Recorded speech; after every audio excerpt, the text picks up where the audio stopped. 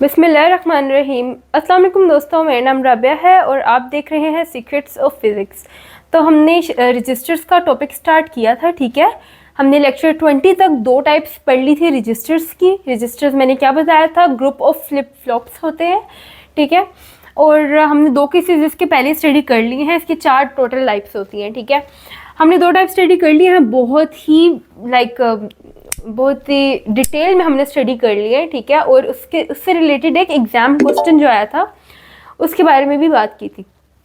अब हमने parallel in serial out shift register के बारे में स्टडी करना है, ठीक है। इसका हम सर्किट बना लेते हैं, ये किस तरीके से बनता है।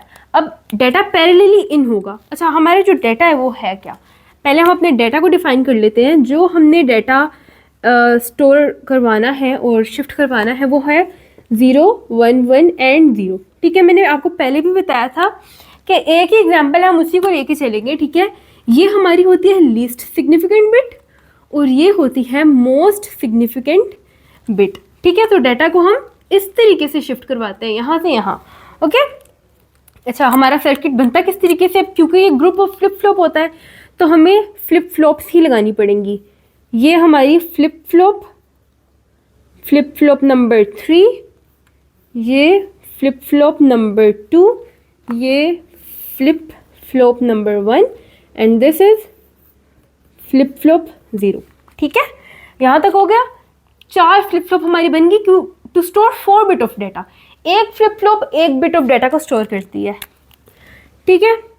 उसके अलावा मैंने बताया था क्योंकि हम डी फ्लिप फ्लॉप को यूज़ कर रहे हैं।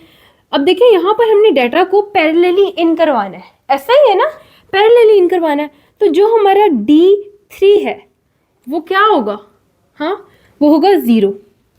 फिर D2 जो है वो क्या होगा 1, फिर D1 क्या होगा 1 एंड D0 क्या होगा 0। समझ आइए, पैरेलली डाटा को इन करवा रहे हैं हम, ठीक है। लेकिन इसको ऑब्टेन किस तरीके से करेंगे, सीरियली।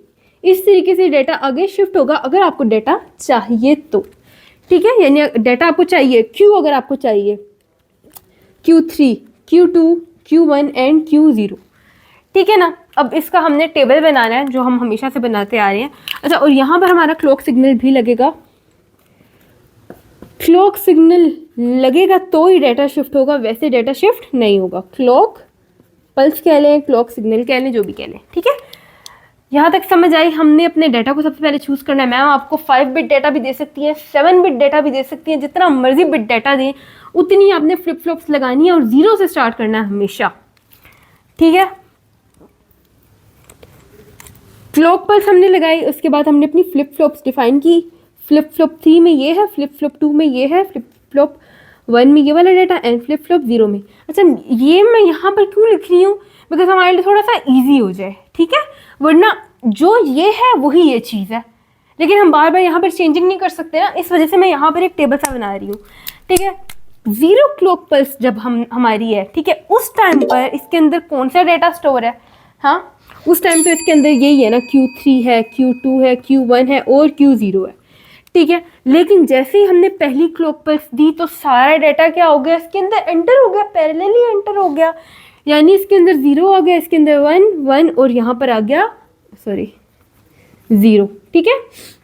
0, 1, 1, 0। तो पहली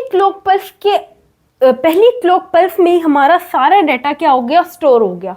ऐसा ही है ना, जो पिछला हमने केस किया था उसमें 4 क्लॉक पल्सेस चाहिए थी डाटा को स्टोर भी करवाने में और डाटा को एक्सट्रैक्ट भी करवाने में।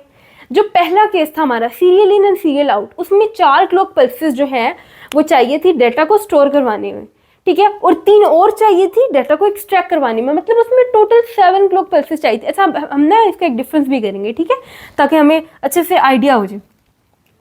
तो देखिए, अब इसमें एक ही क्लॉक पल्स चाहिए थी, डाटा को स्टोर भी करवा दिया।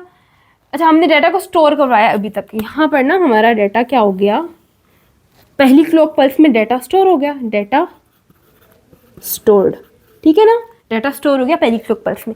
अब हमने डाटा को एक्सट्रैक्ट भी करवाना होता है ना, और वो सीरियली करवाएंगे। मतलब ये कि इसके यहाँ पर ना एक बैक एंड पे यहाँ पर लगा हुआ है एक डिटेक्टर, DETECTOR, ठीक है, डिटेक्टर लगा हुआ है जो कि आउटपुट को डिटेक्ट करेगा, उसका काम ये है कि हम उसने आउटपुट को डिटेक्ट करना है। लेकिन जब आउटपुट घूम घूम के इसके पास आएगी तो वो उसका डिटेक्ट करेगा ना, शिफ्ट हो गई इसके पास आएगी तो वो उसका डिटेक्ट करेगा।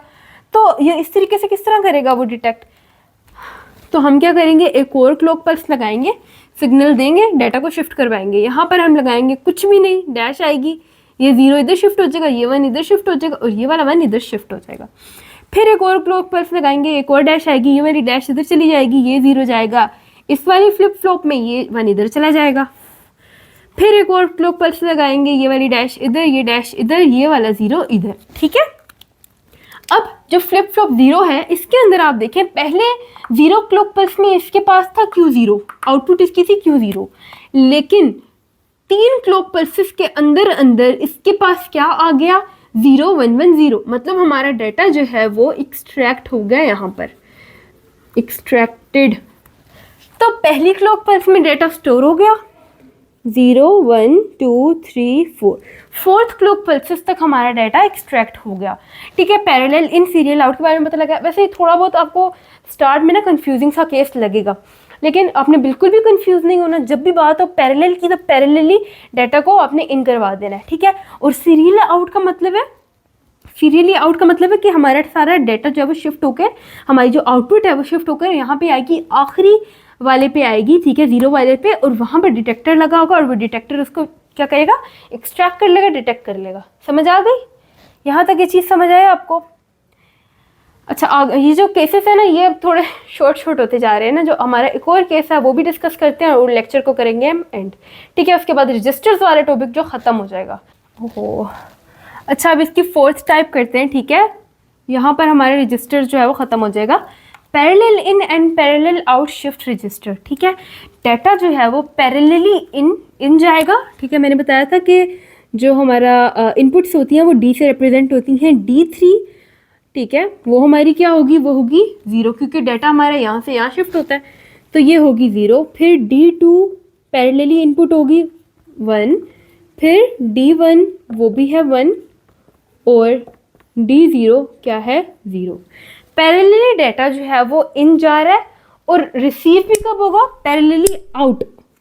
यानी हमें जो हमारा डाटा जा रहा था ना वही हमारी आउटपुट होगा। ठीक है, Q3 यहाँ पर आ जाएगा 0, Q2 यहाँ पे आएगा 1, Q1 यहाँ पे आएगा 1 और Q0 यहाँ पे आएगा 0। अब अगर आपको ये चीज़ समझ नहीं आई कि जो हमारा डाटा, जो हमारी इनपुट है वही हमारी आउटपुट कैसे है, आपको इस चीज़ में थोड़ी कन्फ्यूजन अगर हो रही है, तो अगर आप बिल्कुल पहली वीडियो पे जाए ना जो हमारा लेक्चर नंबर 19 था। ठीक है, तो उसमें मैंने आपको क्या चीज़ एक्सप्लेन की थी, मैंने आपको बताया था कि यहाँ पे हम D फ्लिप फ्लॉप यूज़ कर रहे हैं। ठीक है, ये जो D है ना हमारी इनपुट की, D फ्लिप फ्लॉप की वजह से, अगर तो हम T फ्लिप फ्लॉप यूज़ कर रहे होते तो हम यहाँ पे इनपुट्स को T लिखते, समझ आई? हम D फ्लिप फ्लॉप यूज़ कर रहे हैं जो कि क्या होती है, ये क्लॉक सिग्नल है, ये D उसकी इनपुट होती है, ये Qn और ये Qn+1 हमारी होती है और ये स्टेट होती है। ठीक है, इस चीज़ को समझें। जब हमारी क्लॉक हमने रखी है 1 और अपनी इनपुट जब हम देते हैं 0, ठीक है, इसकी जो मर्जी हालत हो, इट डजेंट मैटर, लेकिन इसके 0 होने पे यहाँ पे हमारी रीसेट स्टेट आती है। स्टेट क्या आती है, रीसेट स्टेट आती है। ठीक है, तो D 0 है तो हमारी इनपुट 0 है तो आउटपुट भी 0 है। फिर एक और क्लॉक पल्स लगाई, इस बार हमने जो अपनी इनपुट है वो 1 दी, बेशक यहाँ पे 1 लिखा हुआ है, लेकिन 1 पर ये सेट हो जाती है, यानी इसका 1 आ जाता है। तो इस वजह से हम D फ्लिप फ्लॉप यूज़ करते हैं, क्योंकि जो हमारी इनपुट होती है वही हमारी आउटपुट होती है। ठीक है, अब यहाँ पर देखिए, जो हमारी इनपुट है वही आउटपुट है, जो इनपुट है वही आउटपुट है। ठीक है, तो पैरेलली जब हमने इसके अंदर अपनी इनपुट ऐड करवाई अपनी फ्लिप फ्लॉप के अंदर, तो आउटपुट पे हमें क्या मिला, ये मिला। अच्छा, बजाय इसके कि हम बार बार ये टेबल बनाएं, बार बार ये टेबल बनाएं, हमने इस टेबल को अपने माइंड में ज़रूर रखना होता है। ठीक है, मैंने आपको स्टार्ट वाली वीडियो में भी, पहली टाइप में भी और एंडिंग वाली टाइप में भी ये चीज़ बता दी है ताकि कोई कन्फ्यूजन न रह जाए। ठीक है, लेकिन आप इस चीज़ को अपने माइंड में लाजमी रखिएगा। अगर तो आप T फ्लिप फ्लॉप यूज़ कर रहे होते तो बिलीव मी, आप पता क्या आपका आंसर होता, अगर तो ये T होता ना, T3 = 0, तो आपका यहाँ पे Q3 पता है क्या आता, 1 आता, आपकी वो स्टेट टॉगल होके आती है। ठीक है, अगर यहाँ पे T2 होता 1 तो यहाँ पर Q2 होता 0, फिर यहाँ पे Q1 आपका 0 आता, Q0 आपका 1 आता, समझ आई? उससे ऑपोजिट स्टेट्स आती, ठीक है, टॉगल होकर स्टेट्स आती है हमारे पास। तो जो डी फ्लिप फ्लॉप है इस वजह से हम यूज़ करते हैं क्योंकि जो हमारी इनपुट होती है वही हमारी आउटपुट हो जाती है। तो 0 पे रीसेट स्टेट आती है और 1 पे सेट स्टेट आती है। अच्छा, अभी इसका कोई एज सच टेबल नहीं बनता, पता है, क्योंकि जो हमारी इनपुट होती है वही आउटपुट होती है। फिर भी हम इसका एक टेबल बना के देख लेते हैं क्योंकि इसमें सिर्फ एक क्लॉक पल्स यूज़ होती है। ये क्लॉक सिग्नल है हमारा, ये flip flop number 3, flip flop 2, flip flop 1, flip flop 0। अच्छा, लेट्स से कि 0th क्लॉक पल्स पे हमारा जो आउटपुट इसमें स्टोर हुई है वो Q3 है, इसमें Q2, इसमें Q1 और इसमें Q0, ठीक है ना। अच्छा, पहली क्लॉक पल्स आई तो डेटा शिफ्ट होना शुरू हो गया, इसमें 0 आ गया, इसमें 1, इसमें 1 और इसमें 0, ठीक है। 1 क्लॉक पल्स में, ठीक है, एक क्लॉक पल्स के अंदर डेटा क्या हो गया, स्टोर हो गया, ठीक है। अच्छा, एक और बात मैं बताना भूल गई कि हर फ्लिप फ्लॉप पे ना एक डिटेक्टर लगा हुआ है, और यहाँ पे आउटपुट किस तरीके से इसको मिल गई, डिटेक्टर की वजह से मिल गई ना। तो डाटा यहाँ पर स्टोर भी हो गया एंड डाटा एक्सट्रैक्ट भी हो गया इस टाइम पर, ठीक है, डाटा एक्सट्रैक्ट भी हो गया। अब आपने ये चारों केसेस पढ़ने हैं, ठीक है, और इनका डिफरेंस अच्छे से अपने माइंड में रख लेना है, ठीक है। वैसे मैं थोड़ा बहुत आपको समझा देती हूँ इसका डिफरेंस थोड़ा बहुत ना मैं डिफरेंस आपको इसका बता देती हूँ, ठीक है ना। चलो जी, serial in, serial out, serial in, parallel out, parallel in, serial out, out and parallel in and parallel out, ठीक है। अच्छा, सबसे पहले हम देखते हैं इसके अंदर क्लॉक पल्सेस कितनी यूज़ हुई थी। 4 बिट डाटा ना जो हम यूज़ कर रहे हैं स्टार्ट से, 4 बिट डाटा है, तो इसके अंदर टोटल क्लॉक पल्सेस, अच्छा पहले देखते हैं कि स्टोर करवाने के लिए कितनी यूज़ होती है, ठीक है। स्टोर करवाने के लिए इसके अंदर 4 यूज़ हुई थी स्टोर करवाने के लिए, ठीक है।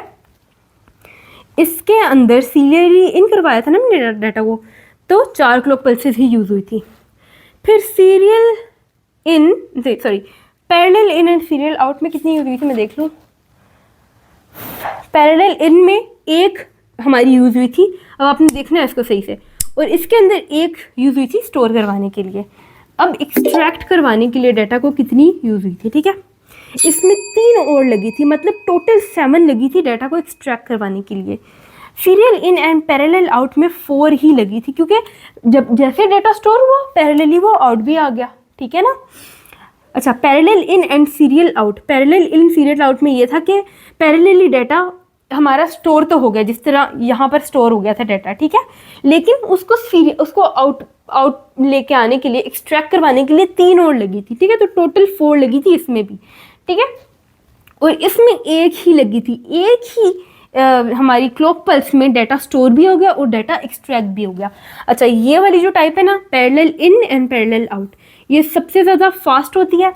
जितने ज़्यादा डिटेक्टर लगते हैं ना उतनी ज़्यादा वो रजिस्टर हमारी फास्ट होती है, ठीक है। तो एक ये वाली भी फास्ट है, ठीक है, क्योंकि 4 ही लगे हुए होते हैं और 4 हमारे जो है ना इसमें रजिस्टर वो डिटेक्टर लगे हुए थे, इसमें भी 4 डिटेक्टर लगे हुए होते हैं। लेकिन सबसे ज़्यादा फास्ट ये है क्योंकि इसमें एक क्लॉक पल्स चाहिए भी होती है, ठीक है। डाटा आगे ना जैसे डाटा हमारा होता रहता है ना, शिफ्ट होता रहता है, वैसे वैसे टाइम लगता है ना उस सब में, तो इस वजह से एक ही क्लॉक पल्स में हमारा सारा काम हो जाता है, डाटा स्टोर भी हो जाता है, डाटा एक्सट्रैक्ट भी हो जाता है। तो ये वाली जो है सबसे फास्टेस्ट टाइप है और सबसे बेस्ट टाइप है इन सब में से। अब आपने खुद इसका डिफरेंस करना है, ये सारे जो है वो बनाने हैं, सर्किट्स बनाने हैं, ताकि आपको अच्छे से इसका आइडिया हो जाए। और शुक्र अल्हम्दुलिल्लाह हमारा ये जो रजिस्टर्स वाला टॉपिक है ये ख़त्म हो गया, ठीक है। 4 टाइप्स थी इसकी, हमने अच्छे से 4 टाइप्स एक्सप्लेन कर लिए, एक एग्जाम क्वेश्चन भी कर लिया। आगे हम पढ़ेंगे कि काउंटर्स क्या होते हैं, ठीक है। सिंक्रोनस काउंटर होते हैं, एसिंक्रोनस काउंटर होते हैं, ठीक है, उनमें भी फ्लिप फ्लॉप्स जो हैं वो यूज़ होती हैं।